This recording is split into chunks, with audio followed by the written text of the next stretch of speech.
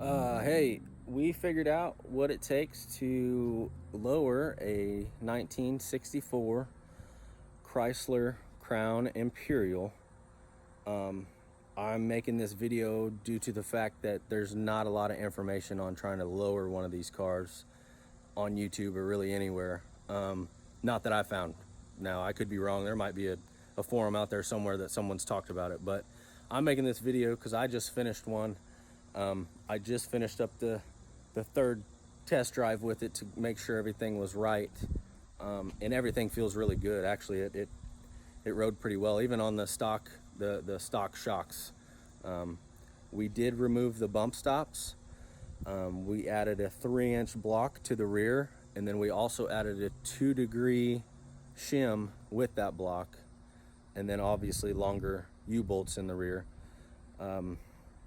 For the front, you got to jack the front up, and you got to look, depending on what year you have, and if it's early 60s Imperial, you'll have one big bolt on it's towards the middle of the car on the end of the torsion bar. That one big bolt you need to take out, loosen it, between 7 and 9 full turns. If you reach up in there and feel the threads on that bolt on the inside, they're kind of fine. It's fine thread, it's a large bolt. It's 1 1/8 wrench that you have to put on it. You back that thing out 7 to 9 full turns, and you will still be able to use your front shocks without bottoming out, and that is with the bump stop removed.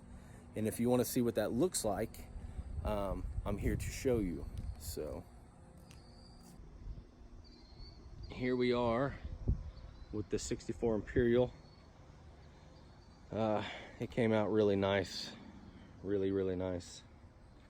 That's with the 3-inch blocks in the rear and approximately a 3-inch drop in the front. Gave it a nice look. You guys might not like it or say, oh, that's not good for it or whatever. I mean, yeah, well, this is what you do when you don't want to afford the airbags. I mean, you can static drop it a little bit, and with having torsions on the front, it really helps out. I mean, it's kind of adjustable. Yeah, it does help. I mean, it springs a little more, but not a noticeably amount. But I think it gave it a good stance.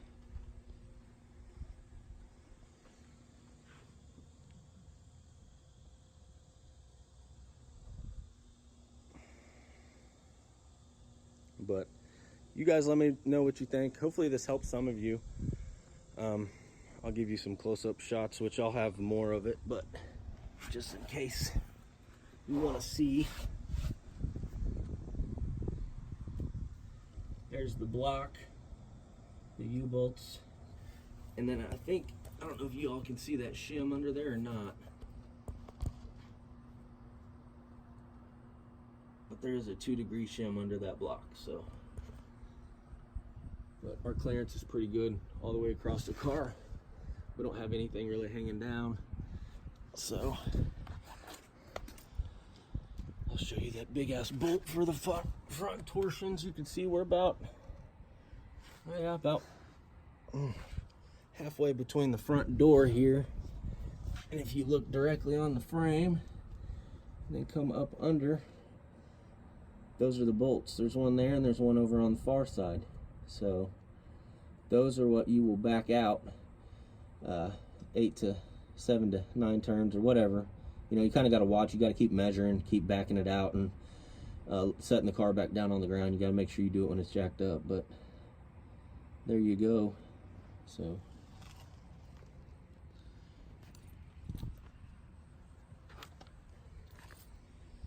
yeah, I just figured I'd share. So hopefully it helps somebody out. I'm sure another guy's out there that would be like me, that would want to drop it a little bit and still be able to drive it around no problem. So there you go.